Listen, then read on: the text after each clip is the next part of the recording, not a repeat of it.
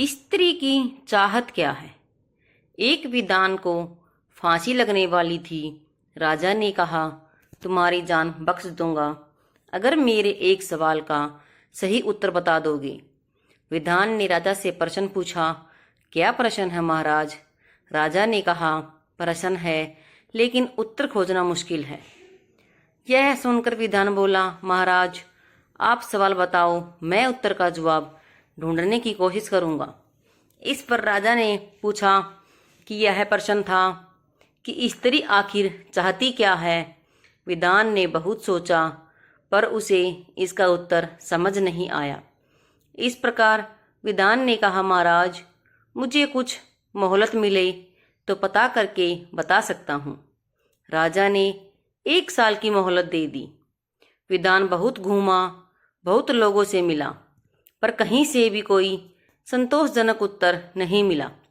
आखिर में किसी ने कहा, दूर जंगल में एक भूतनी रहती है, वो जरूर बता सकती है इस सवाल का जवाब।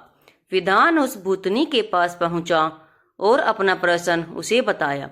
भूतनी ने कहा कि मैं एक शर्त पर बताऊंगी, अगर तुम मुझसे शादी कर लो। उसने सोचा, सही जवाब न पता चला तो जान राजा के हाथ जानी ही है, इसलिए शादी की सहमति दे दी।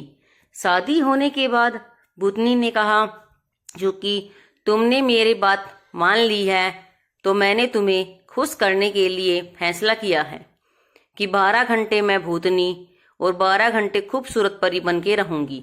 अब तुम ये बताओ कि दिन में भूतनी रहूं या रात को।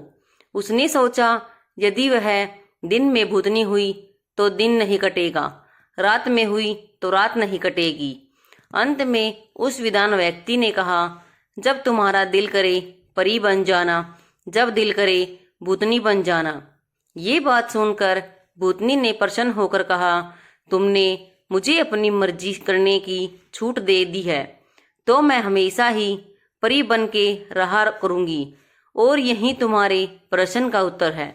स्त्री हमेशा अपनी मर्जी का करना चाहती है। यदि स्त्री को अपनी मर्जी का करने दोगे तो वो परी बनी रहेगी, अगर आप उनकी मर्जी का नहीं करने देंगे तो वो भूतनी बनी रहेगी। इस प्रकार विद्वान को अपने प्रश्न का उत्तर मिल गया और उसने राजा को प्रश्न का उत्तर दे दिया। इस प्रकार वह फांसी की सजा से बच गया। राजा ने उसे फांसी नहीं दी और वह अपनी पत्नी के साथ सुखी जीवन बिताने लगा। इसलिए हमें अपनी पत्नी को अपनी मर्जी का करने देना